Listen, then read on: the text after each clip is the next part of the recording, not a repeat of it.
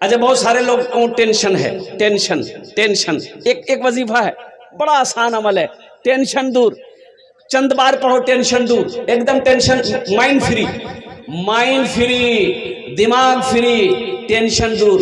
Tension दूर हওয়ার জন্য এটা वजीफा আমি বলছি, आसान वजीफा করবেন?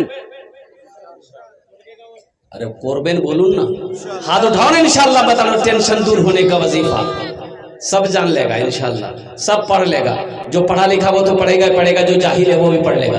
टेंशन दूर होने का वजीफा, जब ज्यादा दिमाग में टेंशन आ जाए ना, अल्हम्दुलिल्लाह मेरी माँ बहनों सुनो, जब ज्यादा गुस्सा आए, टेंशन आ जाए दिमाग में, या हय्यो या कय्यूमो, या हय्यो या कय्यूमो, या हय्यो या कय्यूमो चंद बार पढ़ लो, दिमाग फ्रेश, टेंशन दूर। सुभान अल्लाह, बोलो तमाशा, दिमाग फ्रेश, टेंशन दूर।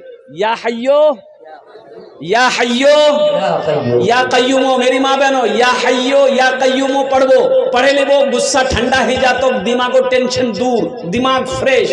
या हय्यो या कय्यूमो,